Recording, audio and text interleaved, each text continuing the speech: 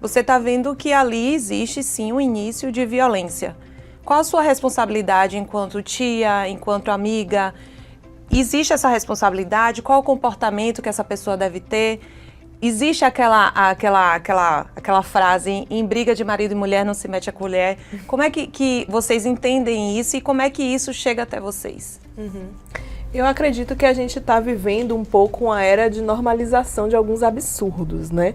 Então, até falando do contexto de violência contra a mulher, é óbvio que é errado bater numa mulher, é óbvio que o homem que faz isso não é digno, né? E essas coisas são óbvias, mas como é que a gente expande a comunicação e as possibilidades de novos alcances de compreensão a partir desse fato, né? Então, por isso que a gente também trouxe aqui um pouco da lógica mais feminina, do como a criação impacta, do quanto impor limites é importante. Então, para expandir um pouco desse óbvio que se sabe que é muito errado um homem que bate numa mulher.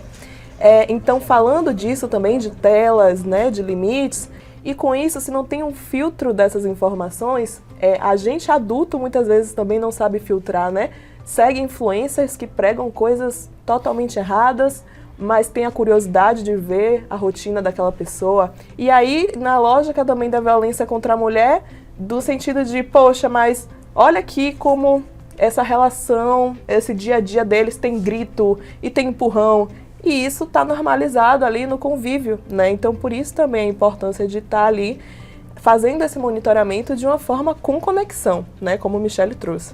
Eu sempre digo que conexão, amor, mas limite é também prova de amor. Limite é amor. Então, se você está vendo os seus filhos consumirem algo que não pode, você precisa retirar, porque essa é a função de pai e de mãe. É proibir se necessário for. Eu gosto do viés aí da conscientização.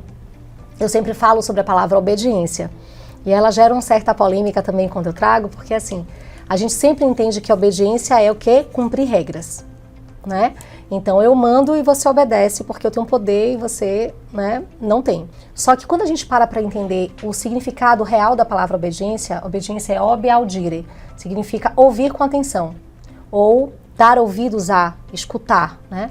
Inclinar os meus ouvidos a alguma coisa. Quando a gente entende a obediência nesse sentido, né, com este conceito, a gente vai ver que obedecer não é cumprir regras e que quando a gente fala que é cumprir regras, recai sobre a criança. Mas quando a gente fala que ouvir, que obedecer é ouvir com atenção, essa responsabilidade cai sobre o adulto. Como isso, Michele? Assim, ó, se eu sou alguém que o meu filho ama, respeita, se ele sabe que eu sou referência, se ele sabe que ele pode confiar em mim, ele vai ter prazer em me escutar.